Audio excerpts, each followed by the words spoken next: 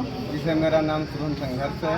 मैं कहाँ के रहने वाले हैं? भारत का नागरिक हूँ और उत्तर प्रदेश का निवासी हूँ। मेरा होम डिस्ट्रिक्ट गोंडा है। ये एक बड़ा तख्ती लेके चल रहे हैं। जी सर। क्या है, क्या मामला ये है? मेरा संघर्ष है इसको लेकर है कि अभी सरकार ने अध्यादेश जारी किया है, नोटिस निकाला है कि विद्यालय को मर्ज कर दिया जाए। तो मेरा सवाल सिर्फ इतना है कि अगर विद्यालय को मर्ज आप कर देते हैं और किसी गांव से जिस विद्यालय में आप विलय करते हैं उसकी डिस्टेंस 2-3 किलोमीटर की दूरी पर है, तो कोई बच्चा कक्षा 1 में एडमिशन लेता है, उसकी उम्र है 6 साल, वो पैदल कैसे जाएगा? मेरा सवाल सिर्फ इतना है। और दूसरी बात, आप विद्यालय को मर्ज क्यों कर रहे हैं? देश को आज़ाद होने को 78 साल हो गए, आज भी हमारे उत्तर प्रदेश का जो प्राथमिक क्लास का बच्चा है आज भी जमीन पर बैठता है। 95% स्कूलों में बिजली की सुविधाएं नहीं है और आप कहते हो कि शिक्षक मेहनत नहीं करते हैं। आप सारा ठेका शिक्षक के ऊपर फोड़ना चाहते हो।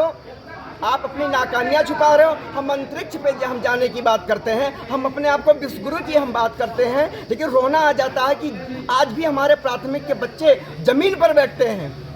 और मैं एक बात आपसे और बता देता हूं कि अगर विद्यालय को मर्ज कर दिया गया तो गांव के गरीब तबके का बच्चा है वो शिक्षा से वंचित हो जाएगा। शिक्षा मौलिक अधिकार जो हमारा है ना, इसको हटाना पड़ेगा। और अगर विद्यालय मर्ज हुआ तो मैं गारंटी के साथ कहता हूं, मैं लिख के देता हूं कि 2035 तक प्राथमिक विद्यालय पूरी तरह से उत्तर प्रदेश से विलुप्त हो जाएंगे। इसको किसी का बाप भी नहीं रोक सकता है। और इनकी मंशा यही है कि जो हमारी एजुकेशन पॉलिसी है ये पूंजीपतियों के हाथ में जाए। दूसरी बात ये कह रहे हैं कि नामांकन कम है। आपने अभी एक एडवाइजरी जारी की है कि 6 साल से एक भी दिन का अगर कम उम्र का बच्चा है तो उसका आप नामांकन नहीं ले सकते हैं। वही प्राइवेट स्कूल वाले जो हैं वो बच्चा पैदा ही नहीं होता उसको तुरंत एडमिशन ले लेते हैं। उनके खिलाफ आपका कोई नकेल नहीं है।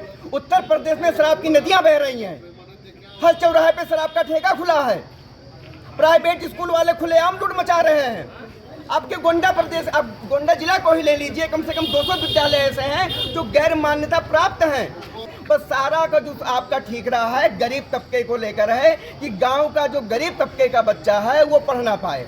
और आप फिर कहते हो कहीं ना कहीं, और 80% जो हमारी जनता है ना, मैं वो शब्द यूज नहीं करना चाहता हूँ, कि एकदम से अपने अधिकारों को भूल चुकी है। आज भी हमारी जनता कहती है कि शिक्षक मेहनत नहीं करते हैं, शिक्षक को नौकरी से निकाल देना चाहिए। तो मैं उनसे ये भी कहना चाहता हूँ कि अगर कोई सांसद विधायक मेहनत नहीं कर रहा है, आपके क्षेत्र में कोई प्रधान काम नहीं कर रहा है, क्या आपसे कभी हिम्मत हुई इस्तीफा मांगने की?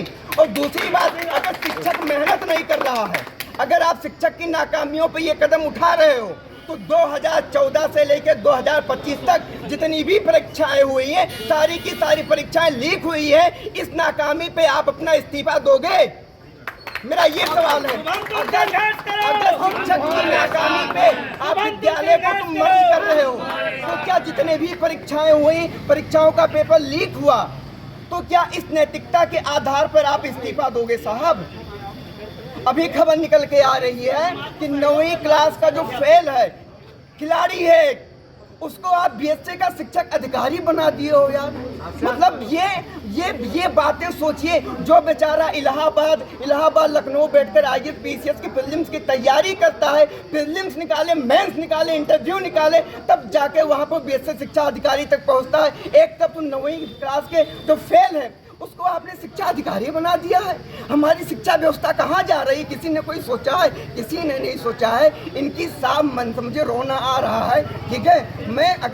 मुझे अगर पैरों में छाले पड़े हुए हैं लेकिन मुझे रोना नहीं आता है। लेकिन मैं जब गांव के गरीब तबके के बच्चे को मैं जब उनका चेहरा देखता हूँ ना, हमारे पास जब वो बच्चे आते हैं कि हाँ हमारे गाँव से विद्यालय दूर है, हम पढ़ने कैसे जाएंगे, हम 2-3 किलोमीटर नहीं जा सकते हैं, क्या होगा हमारा?